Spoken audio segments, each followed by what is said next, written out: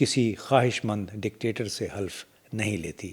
یعنی انہوں نے یہ اشارہ بھی ان کا براہ راست ڈونلڈ ٹرمپ کی طرف تھا. اور ایک ایسا استعفیٰ جو کہ انہوں نے اپنے پاس لکھ کے رکھا ہوا تھا اور بھیجا نہیں کیونکہ اس سے پہلے ان کی میعاد پھر ختم ہو گئی، اس میں بھی مارک میلی نے یہ کہا تھا کہ ٹرمپ 2020 میں امریکہ کو بہت بڑا اور ناقابل تلافی نقصان پہنچا رہے ہیں. یعنی دونوں شخصیات کی جنگ ذاتی پسند اور ناپسند اور ایک دوسرے پہ الزام تراشی پہ مبنی ہے. اور اب دیکھنا یہ ہے کہ ان سے سیکیورٹی پروٹوکول بھی واپس لے لیا گیا جنرل مارک میلی سے، اور ان کے خلاف انکوائری بھی ہوگی اور اس امر کا تعین ہوگا کہ کیا ان کو جو جرنیل کا عہدہ ملا تھا وہ قائم بھی رکھ سکیں گے یا نہیں. اور یہی وہ بات تھی جس کی طرف بار بار ڈونلڈ ٹرمپ نے اشارہ کیا کہ اسٹیبلشمنٹ کے خلاف ان کی جنگ جاری رہے گی، بلکہ اس میں مزید شدت آئے گی، کیونکہ اس کے تحت امریکہ کے کئی عام شہری جو ہیں وہ زیادتی کا شکار ہوئے. دوسری طرف اگر پاکستان کو دیکھیں تو آپ نے پیکا یعنی پاکستان الیکٹرانک کرائمز ایکٹ جو ہے وہ پاس ہو گیا ہے. اس میں مزید تبدیلیاں کی گئی ہیں، جیسے کہ میں نے پہلے بھی بتایا کہ فروری 2016 میں یہ بنا، پھر 2022 میں کچھ ترامیم ہوئی اور اب مزید ترامیم کر دی گئی ہیں. اس پہ ظاہر ہے تمام میڈیا ناراض ہے. پیپلز پارٹی پارلیمنٹ میں اس بل کی حمایت کرنے پر معذرت خواہ ہے، لیکن یہ واضح ہے کہ یہ پارٹی اس قانون سازی کا حصہ رہی ہے جس سے سویلین اور پارلیمنٹ اور سویلین بالادستی براہ راست متاثر ہوئی ہے. اب Amnesty International, Human Rights Watch اور Human Rights Commission of Pakistan نے بنیادی طور پہ اس حوالے سے جن خدشات کا اظہار کیا ہے وہ کم و بیش ایسے ہیں کہ ڈیجیٹل اظہار کی آزادی کے تحفظ کے بارے میں ریاست کے جو ماضی کے خراب ریکارڈ کو دیکھتے ہوئے کہا جا سکتا ہے کہ یہ بل اگر قانون بن جاتا ہے تو سیاسی کارکنوں، انسانی حقوق کے محافظوں، صحافیوں اور مخالفوں کو یہ براہ راست نشانہ بنا سکے گا، یعنی وہ براہ راست متاثر ہوں گے. اس سے حکومت کی گرفت میڈیا پہ، سوشل میڈیا پہ مزید سخت ہو جائے گی. جعلی معلومات جس کو فیک نیوز کہتے ہیں، اس کی تشہیر کو جرم قرار دیا گیا ہے اس بل میں، لیکن اس کی تعریف بڑی مبہم ہے.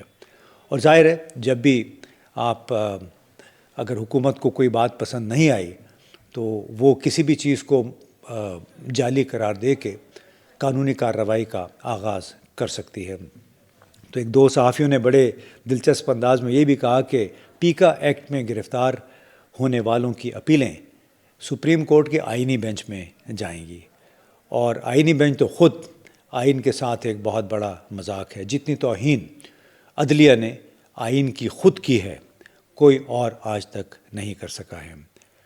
دوسری طرف دیکھیں، یعنی پاکستان سے ہٹ کے واشنگٹن چلے جائیں تو وہاں وائٹ ہاؤس میں مین سٹریم میڈیا کے اثرات کو کم کرنے اور سوشل میڈیا پلیٹ فارمز کی حوصلہ افزائی کے لیے غیر معمولی اقدامات دیکھنے میں آ رہے ہیں.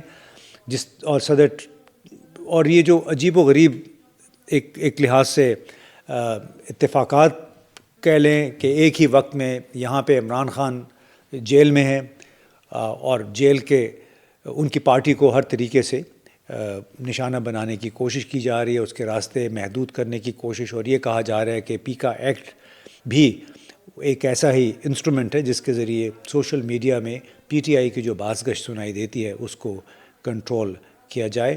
لیکن واشنگٹن میں وائٹ ہاؤس کے دروازے ہر قسم کے سوشل میڈیا پر اثر انداز ہونے والوں کے لیے کھولے جا رہے ہیں. This White House believes strongly in the First Amendment, so it's why our team will work diligently to restore the press passes of the 440 journalists whose passes were wrongly revoked by the previous administration.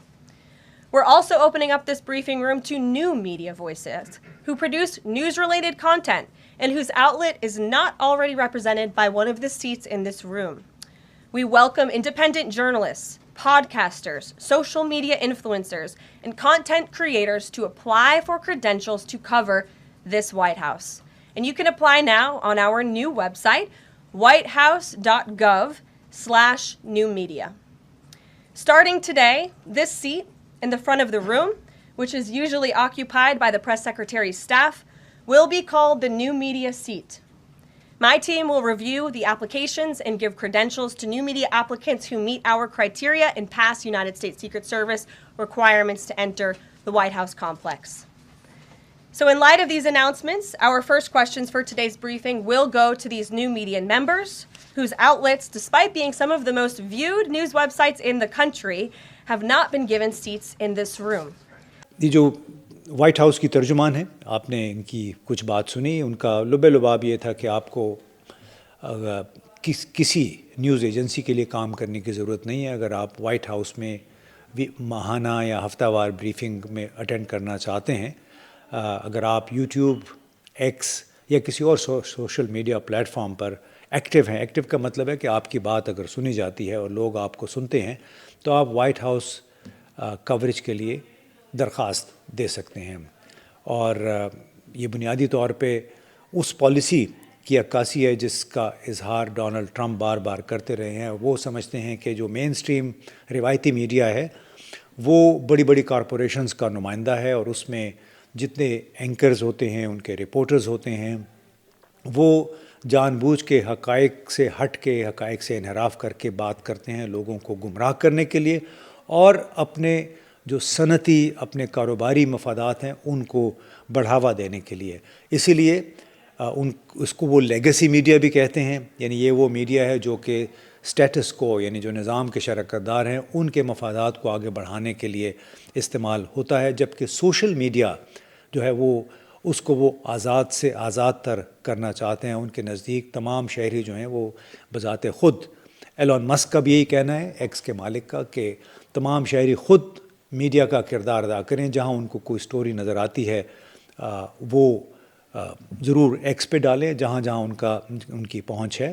اور اس سے ظاہر ہے مسئلہ پیدا ہوگا، وہ یہ کہ ظاہر ہے ایکس پہ، فیس بک پہ بہت ساری غلط خبریں بھی آتی ہیں، تحقیر آمیز، لوگوں کو گالم گلوچ ہوتی ہے. اس کو کیسے کنٹرول کیا جائے گا اگر مکمل طور پہ سوشل میڈیا کو آزادی دے دی جائے؟ وہ نہیں دینی چاہیے، اس کے لیے کچھ قوانین و ضوابط ہونے چاہیے. لیکن جس انداز میں پاکستان میں اس پہ پابندیاں لگائی جا رہی ہیں، اس میں ہو سکتا ہے کہ کل کو ہمارے خلاف بھی کوئی مقدمہ بن جائے. اور یہ سب سے زیادہ تشویشناک بات ہے کہ ایک طرف آپ بلا شبہ جو گالم گلوچ ہے وہ نہیں ہونی چاہیے، کسی کی توہین آمیز الفاظ نہیں استعمال کرنی، کردار کشی نہیں ہونی چاہیے. لیکن اس کے ساتھ ساتھ انفارمیشن کے فلو کو روکنا، معلومات کی تشہیر کو روکنا جو ہے وہ آج کل کے دور میں بڑا مشکل ہو گیا ہے. 1 درجن سوشل میڈیا پلیٹ فارمز ہیں، وہاں سے لوگ اپنی تصویریں، اپنی معلومات دوسرے لوگوں کے ساتھ ودن منٹس، ودن سیکنڈز شیئر کر لیتے ہیں. اب واشنگٹن میں، یعنی امریکہ میں تو سوشل میڈیا پابندیوں سے آزاد ہو رہا ہے. یہاں پہ ہمارا ریورس گیئر میں ہم چلے ہوئے ہیں.